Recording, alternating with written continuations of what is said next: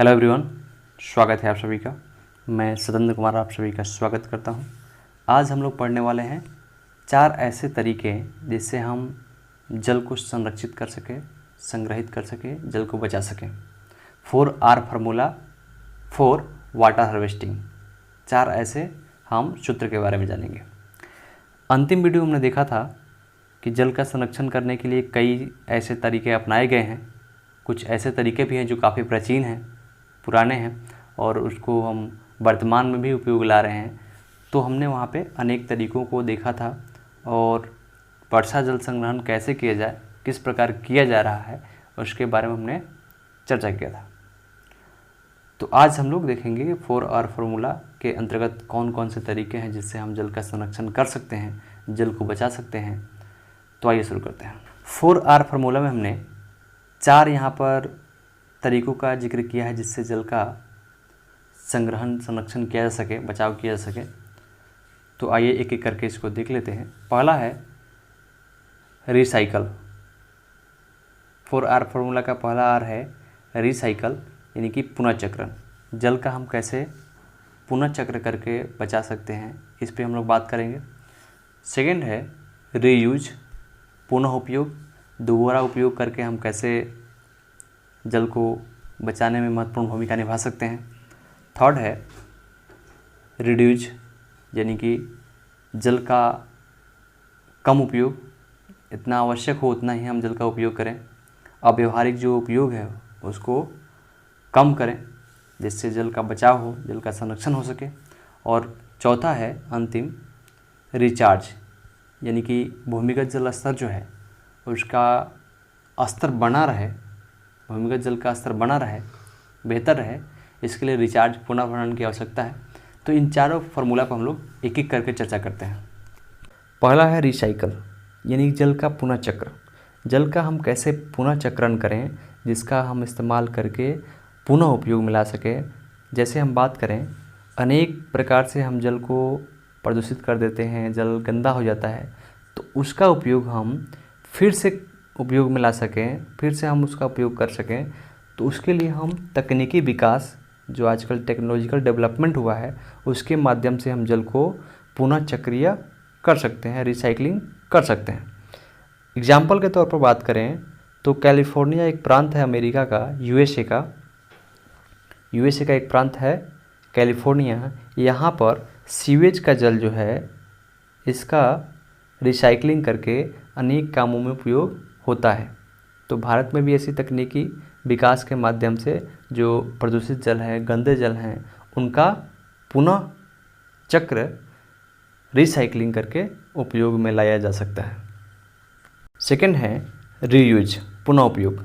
पुनः उपयोग की बात करें हम लोग तो पुनः उपयोग जल का हम कई माध्यमों से कर सकते हैं। हम छोटे छोटे तरीकों को अपनाकर जल का पुनः उपयोग कर सकते हैं। जैसे हम बात करें, किचन में जल का उपयोग हम करते हैं बर्तनों को साफ़ करने के लिए, तो वहाँ पे जल के साथ बहुत सारे पोषक पदार्थ मिल जाते हैं, खाद्य पदार्थ मिल जाते हैं जो उस जल को काफ़ी पोषकीय बना देते हैं, काफ़ी पोषण युक्त बना देते हैं। अगर उस जल का उपयोग हम सिंचाई के लिए करें, फसलों के सिंचाई के लिए करें, तो वो काफ़ी लाभप्रद होगा फसल के लिए भी, और उसका हम रीयूज भी कर सकते हैं, पुनः उपयोग भी हो जाएगा। तो इस माध्यम से हम उसका पुनः उपयोग कर सकते हैं। इसके अलावा हम बात करें कि हम छोटे बड़े वाहन को धुलाई करते हैं, धोते हैं, तो उस क्रम में जल का उपयोग करते हैं, तो उस जल का उपयोग हम सिंचाई के लिए कर सकते हैं। या फिर हम और छोटे पैमाने पर सोचें तो आरओ वगैरह हम उपयोग करते हैं, तो उसका जो जल प्यूरीफायर से बाहर आता है वेस्ट मटेरियल के रूप में, तो उस जल का उपयोग भी हम अन्य कामों में कर सकते हैं, मवेशी धोने या अन्य काम में कर सकते हैं। तो इस तरह छोटे छोटे टर्म को अपनाकर हम रीयूज को बढ़ावा दे सकते हैं और जल के संरक्षण में एक बेहतरीन कर सकते हैं। थर्ड है रिड्यूज, यानी जल के उपयोग में कमी। हम किन किन माध्यमों से जल के उपयोग में कमी ला सकते हैं जल का संरक्षण करते हुए, यानी जल का बचाव करते हुए जल का हम उपयोग में कमी कैसे लाएं, इस पे बात करें तो हम दैनिक जीवन में अनेक प्रकार से कार्य करते हैं। जैसे बाथरूम में कोई काम, स्नान करना हो या अन्य काम करना हो, किचन का काम हो या गाड़ी वगैरह वॉश करना हो या फिर सिंचाई करना हो, खेतों में इरिगेशन करना हो, तो वहाँ पे खेतों में सिंचाई बड़े पैमाने पर की जाती है। तो हम खुले जल को वहाँ पे न छोड़कर वहाँ पे ड्रिप इरिगेशन को बढ़ावा दें, ठीक है। बूंद बूंद सिंचाई करें, जहाँ पे जिस पेड़ पौधों को ज़रूरत हो उन्हीं पेड़ पौधों के पास जल का पूर्ति किया जाए, ड्रिप इरिगेशन को बढ़ावा दिया जाए, तो वहाँ पे जल का हम सेविंग कर सकते हैं। या दैनिक जीवन में छोटे छोटे जो कार्य हैं वहाँ पे हम जल का बचाव करके जल के संरक्षण में महत्वपूर्ण भूमिका निभा सकते हैं। चौथा यानी अंतिम है रिचार्ज यानी कि पुनर्भरण।